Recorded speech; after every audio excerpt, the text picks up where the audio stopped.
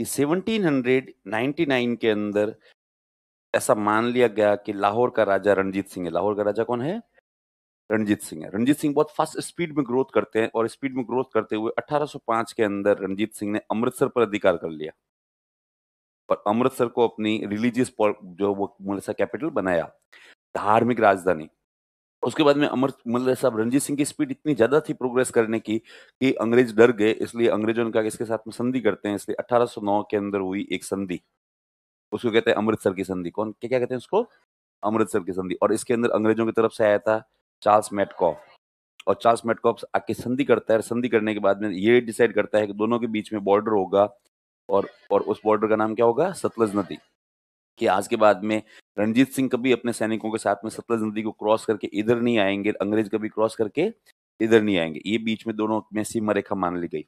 1839 के अंदर रणजीत सिंह की डेथ हो जाती है, और रणजीत सिंह की डेथ होते ही के बाद में अंग्रेजों की महत्वाकांक्षा बढ़ जाती है। अब अंग्रेज पंजाब को जीतना चाहते हैं, लेकिन वो मतलब फिर भी सोच रहे हैं कैसे जीते। जीते में अंग्रेजों की सहायता कर दी सिखों ने खुद ने। सिखों ने खुद ने आपस में सहायता कैसे करी? सिखों में आपसी फूट पड़ गई। क्या पड़ गई थी? आपसी फूट पड़ गई थी। वो लोग आपस में लड़ने झगड़ने लग गए, और आपस में लड़ने झगड़ने के चक्कर में इन लोगों ने क्या किया? खड़ग सिंह की हत्या कर दी। खड़ग सिंह के बाद में नौनियाल सिंह है, उनकी हत्या हो गई। नौनियाल सिंह के बाद में है शेर सिंह, उनकी हत्या हो गई। और फाइनली एक छोटा सा बच्चा बनता है जिसका नाम क्या है? दुलीप सिंह। अब जैसे ही दिलीप सिंह बनता है तब जो वो अंग्रेजों को लगता है अब फायदा है अपने फेवर में। इसलिए अंग्रेज जो वो बात तो ये कहते हैं कि हम लोग एक्चुअली सिखों का नुकसान नहीं चाहते, हम लोग दिलीप सिंह को एक्चुअली है ना बचाना चाहते हैं। इसलिए ऐसा करके उन्होंने अटैक क्या है? कर दिया। और वो अटैक करने के बाद में पंजाब की पॉलिटिक्स के अंदर इंटरफेयर करने लग गए। और इंटरफेयर करने के बाद में अब अंग्रेजों का मेन उद्देश्य है पंजाब को हड़पना। ठीक है ना? पंजाब को अपने कंट्रोल में करना। लेकिन फिर भी अंग्रेजों को, मैंने आपसे कई बार कहा है कि अंग्रेजों की सफलता का कारण ही यही था। अंग्रेज हर जगह पे बात बहुत धीरे धीरे करते थे। अंग्रेजों का फिक्स डायलॉग था, जल्दी का काम शैतान का, धीरे धीरे। इसलिए आएंगे, पंजाब पे अटैक करेंगे, लाहौर की संधि करेंगे, और लाहौर की संधि को रिन्यू करेंगे 2 बार। कितनी बार करेंगे? 2 बार। पहले तो कहा आज संधि है, अब तो वो सिखों का चलो ठीक है जो होगा सो होगा, तुम लोग जो वो जालंधर दोआब ले लो, 1.5 करोड़ रुपए ले लो, कश्मीर ले लो, लेकिन जाओ यहाँ से। जाओगे कब? तब सिखों ने कहा बस जा ही रहे हैं कल परसों। लेकिन अब ये संधि हुई थी 9 मार्च को, लेकिन 11 मार्च को वापस उन्होंने बुलाया और कहा कि एक्चुअली हम लोगों ने डिसाइड किया है कि हम लोग जो है ना दिसंबर तक क्या है यहीं पर रुकेंगे। तब सिखों ने कहा क्यों? तब अंग्रेजों ने कहा कि हमें ऐसी हमारे पास में पक्की न्यूज है कि दिलीप सिंह की जान को बहुत ज्यादा खतरा है, और कोई भी दिलीप सिंह को कभी भी क्या कर सकता है? मार सकता है। इसलिए हम लोग दिलीप सिंह की सिक्योरिटी के लिए दिसंबर तक यहीं पर रुकेंगे। अब सिखों को ये बात पसंद तो नहीं आई, लेकिन उनके पास ऑप्शन कोई नहीं था। उन्होंने कहा चलो ठीक है। उसके बाद में ये लोग दिसंबर तक रहे। दिसंबर के अंदर ये लोग वेट करने लगे कि अब जाएंगे ये, लेकिन वो लोग जाने का नाम ही नहीं ले। और ये फाइनली 22 तारीख को वापस बुलाते हैं सिखों को, और कहते हैं हम लोगों ने डिसाइड किया है कि सब जब तक दिलीप सिंह 18 साल का नहीं होता तब तक हम लोग क्या है यहीं पर रहेंगे। 18 साल के बाद में ये लोग, ये आदमी खुद अपने आप में मैच्योर हो जाएगा, और उसके बाद में अपनी खुद की सिक्योरिटी खुद देख लेगा। अब सिखों को ये बात भी पसंद नहीं थी, लेकिन फिर भी अब क्या कर सकते हैं? उन्होंने कहा चलो ठीक है। अब ये बात भी खत्म हो गई। ये बात खत्म होने के बाद में अब ये लोग यहीं पर बैठे थे। जितने में यहाँ पर गवर्नर जनरल के रूप में आता है डलहौजी, और वो डलहौजी आते ही कहता है, डलहौजी यहाँ पर एक पूरे उद्देश्य के तहत आया था। उसका नाम था doctrine of lapse. Doctrine of lapse, जिसको हिंदी में कहते हैं हड़प नीति, या फिर इसको कहते हैं हिंदी में कहते हैं गोद निषेध नीति, या फिर इसको हिंदी में कहते हैं व्यपगत का सिद्धांत। व्यपगत का मतलब है किसी भी चीज को हड़पना। अभी हड़पने के तहत यहाँ आया था। इसने आते ही कहा कि क्या है तुम्हारे पंजाब का नाटक बहुत लंबा नहीं चल रहा है क्या? तुम लोगों ने कब स्टार्ट किया था? इतने लंबे लंबे समय तक यदि जो प्लान चलाओगे तो फिर अपन लोग भारत के ऊपर अधिकार कैसे करेंगे? तब अंग्रेजों ने कहा साहब करना क्या है? तब इस बात पर डलहौजी कहता है करना क्या है? सिखों को इरिटेट करो, इतना इरिटेट करो कि वो खुद ही अपनी तरफ से कुछ न कुछ करेंगे। क्योंकि कंपनी का दावा ये था, कंपनी का क्लेम ये था कि साहब हमने मतलब हमारी उनके साथ संधि हो रखी है, इसलिए हम झगड़ा स्टार्ट नहीं कर सकते। तब इस बात पर डलहौजी ने कहा तो हाँ, तो ऐसी हरकतें करो कि झगड़ा स्टार्ट वो करे, ताकि अपने ऊपर ब्लेम नहीं आए। ये तो होता ही है, मतलब आप लोगों ने भी किया होगा स्कूल वगैरह में कि साहब किसी के साथ झगड़ा करना है, झगड़ा करना बहुत ज्यादा आसान है।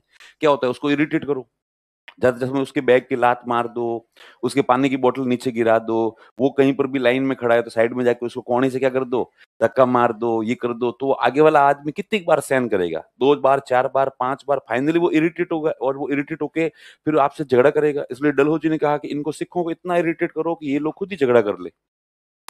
तो फिर जो वो अमल साहब जो वो है ना ऑर्डर पारित हो गए कि सब सिखों को इरिटेट किया जाए। इस बात पर सिखों को जैसे इरिटेट करना स्टार्ट किया, बहुत ज्यादा इरिटेट करने लग गए थे। लास्ट के अंदर तो कंडीशन ये आ गई थी कि मुल्तान, मुल्तान का मतलब लाहौर वाला इलाका, कौन सा इलाका है ये? लाहौर वाला। तो यहाँ पर जो गवर्नर था उसका नाम था मूलराज। इस मूलराज के काम में एक एक अंग्रेज अधिकारी बहुत ज्यादा इंटरफेयर करने लग गया। रोज सुबह आता दरबार में, अपनी तरफ से ऑर्डर जारी करता, ये कर दो वो कर दो। तब इस बात पर मूलराज कहता, भाई साहब आप यहाँ पर केवल एक ब्रिटिश ऑफिसर हो, यहाँ का गवर्नर मैं हूँ, इसलिए यहाँ पे ऑर्डर भी किसके चलेंगे? मेरे चलेंगे। इस बात पर अंग्रेज ने कहा कि तेरे को भी पता है कि तू हमारा गुलाम है। तो मूलराज को गुस्सा आ गया और मूलराज ने, ऐसे कैसे, तुम्हारी हिम्मत कैसे हुई हमें गुलाम बोलने की? तब उन्होंने कहा तुम लोग केवल कहने के नाम पे पंजाब के शासक हो, वास्तव में पंजाब के शासक हम हैं। इस बात पर दोनों के बीच में झगड़ा हो गया तो उसको लगा कि मूलराज धक्का मुक्की करेगा और इसको यहाँ से धक्के वक्के मार के क्या कर देगा, निकाल देगा। पर उसको पता नहीं था कि मूलराज का गुस्सा बहुत ज्यादा था। मूलराज एकदम से धक्का मुक्की करते करते पास में आ जाता है और कहता, तेरी हिम्मत कैसे हो गया ऐसे बोल? उससे बात पर अंग्रेज ने कहा, हाँ मैं ऐसा ही हूँ। इससे पहले अंग्रेज अधिकारी कुछ समझ पाता, मूलराज ने एकदम से अपनी तलवार निकाली और तलवार निकालकर उसकी अंग्रेज अधिकारी की गर्दन क्या कर दी, काट दी। और बिल्कुल वैसे ही काटी जैसे बाहुबली के अंदर वो काटता है। ये औरत पे हाथ डालने वाले की अंगुलियां नहीं काटते हैं उसका गला। उसने एकदम से तलवार निकाली और वो कुछ समझ पाता अंग्रेज, इतने में उसने एकदम से जो वो गर्दन काट दी। अब जो एक अंग्रेज अधिकारी मर गया तो फिर बाकी वाले सिखों को समझ में आ गया कि झगड़ा तो स्टार्ट हो चुका है, अब इसमें पीस वीस शांति वांति नाम की कोई बात होने वाली नहीं है। तब सारे सिखों ने अपनी अपनी तलवारें निकाली, जो जो पास में अंग्रेज खड़े थे सबको ही मार दिया। ये बात जैसे मार्केट में पहुंची तब मार्केट ने कहा अब जब विद्रोह हो ही चुका है तो फिर ढंग से किया जाए।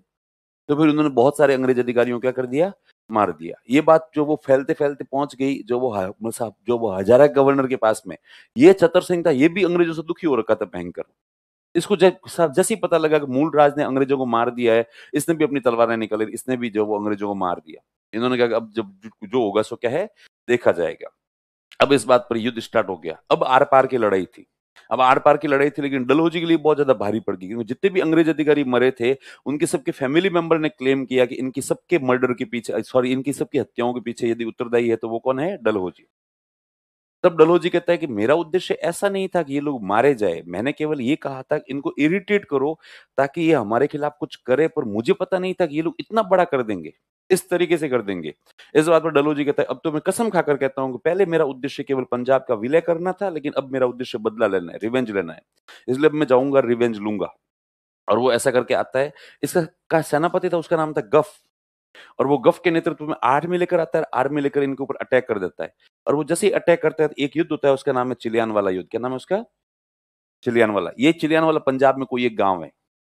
अभी जैसे चिलियान वाला पे अटैक करता है तो मतलब सब अटैक करता है, इसके अंदर एक तरफ सिख थे और एक तरफ अंग्रेज थे। और इस युद्ध के अंदर सिखों का नेतृत्व शेर सिंह ने किया था, और जो जो वो है ना अंग्रेज है, उनका नेतृत्व उनका सेनापति गफ है उसने किया था। बहुत ही शानदार युद्ध होता है। और वो इस युद्ध के अंदर हालांकि अनिर्णायक युद्ध था, कौन जीता कौन हारा किसी के बारे में कुछ ऐसा कह नहीं सकते, पर शुद्ध रूप से यदि अपन हिस्ट्री को अच्छे विजन से देखें तब पता लगता है इसमें सिख जीत गए थे। चूंकि हिस्ट्री अंग्रेजों ने लिखी, इसलिए अंग्रेज खुद तो अपने आप से कैसे लिखेंगे कि हम लोग इस युद्ध में हार गए थे। इसलिए अंग्रेजों ने इतिहास में लिखा कि यह एक अनिर्णायक युद्ध था, इट वॉज अनडिसाइसिव बैटल। जबकि वास्तविकता में यह था कि सिखों का पलड़ा क्या रहा था, इसमें भारी रहा था। और वो जैसे सिखों का पलड़ा भारी रहा, उसके बाद में यहाँ से जो वो जाता है वापस, अंग्रेज जाते हैं, अंग्रेज जाकर एक्चुअली क्लेम करता है, वो जो गफ गफ कहता है कि हम लोग इस युद्ध में जीत गए। तब डलहौजी इस बात से नाराज हो गया। डलहौजी ने कहा जीत गए क्या? तो गफ ने कहा हाँ सर हम लोग जीत गए। तब इसने कहा कि यदि एक ऐसी और जीत हम लोगों को बर्बाद कर देगी, यदि इसको जीतना कहते हैं ना, तो फिर ऐसे यदि हम एक बार और जीते तो हम लोग क्या हो जाएंगे, यहाँ पे सब बर्बाद हो जाएंगे। इसलिए उसने क्या किया, इसने डलहौजी ने गफ को हटा दिया और गफ को हटाकर कहा कि मैं तेरे को हटा रहा हूं और तेरे को हटाकर किसी और को बुला रहा हूं। तो सब किसको बुलाओगे? तब कहा कि मैं बुलाऊंगा एक्चुअली चार्ल्स नेपियर को। इसलिए इसको गफ को हटा दिया गया और गफ को हटा के किसको बुलाया गया, चार्ल्स नेपियर को। अब चार्ल्स नेपियर आता है, लेकिन ये नियम पहले भी था आज भी था, जब भी आपका ट्रांसफर होता है, जब तक नया अधिकारी आके आपका कार्यभार संभाल नहीं लेता है तब तक आप उस पोस्ट को छोड़ते नहीं हो, है ना। जनरली कि आप मान लो कहीं पर एसडीएम लगे हुए हो और ऑर्डर जारी हो गया कि भाई आपका ट्रांसफर यहाँ से किया जाता है, जो वो मतलब करौली, ठीक है, और यहाँ पर नया नया एसडीएम ये आदमी ज्वाइन करेगा, लेकिन जब तक वो आदमी आके ज्वाइन नहीं करता तब तक आप उस पोस्ट को छोड़ते नहीं हो। इसलिए गफ को टेक्निकली हटा दिया गया और चार्ल्स नेपियर को बुला दिया गया। लेकिन अब ये गफ की प्रतिष्ठा का प्रश्न था। अब गफ को लगा कि यदि मुझे वाकई में हटा दिया गया और उसके बाद भी मेरी इज़्ज़त पूरी खराब हो जाएगी। लोग पूरे इंग्लैंड में कहेंगे यही वो आदमी है जिसकी वज़ह से हम लोग चिलियान वाला युद्ध में हारे थे और इसको बाद में हटाया गया। आर्मी सर्विस के अंदर आदमी कुछ भी कर सकता है, मौत स्वीकार कर सकता है, लेकिन इस प्रकार का कलंक कभी अपने लाइफ़ के ऊपर स्वीकार नहीं कर सकता। इसलिए गफ अपने लोगों को एक्टिव करता है और अपने लोगों से कहता है कुछ भी करो, लेकिन जब तक चार्ल्स नेपियर यहाँ तक पहुँचता है उससे पहले सिखों को हराना है, भले कुछ भी हो जाए। तब इस बात पर इसके लोग इकट्ठे हुए, इधर-उधर घूमे-घामे, पता किया और फिर इसके किसी आदमी ने आकर कहा कि सर, सिख सेना इस समय गुजरात गाँव में रुकी हुई है। ये जो गुजरात स्टेट नहीं है, ये गुजरात पंजाब के अंदर एक गाँव है। पंजाब में क्या है ये? गाँव है। पूरा एक रीजन है जो कि वर्तमान में पाकिस्तान में पड़ता है। उन्होंने कहा साहब गुजरात गाँव में बैठी हुई है सिखों की सेना। तब गफ ने कहा चलो और वो गफ जाता है और वो वापस सेकंड नंबर युद्ध लड़ता है और वो था गुजरात वाला युद्ध। इसमें बहुत ज़्यादा तोपों का यूज़ किया गया था, इसलिए इसको तोपों का युद्ध भी कहते हैं। वापस इसमें वही है, सिख वर्सेस अंग्रेज। वापस सेनापति वही है, शेर सिंह वर्सेस गफ। शेर सिंह वर्सेस कौन है? गफ है।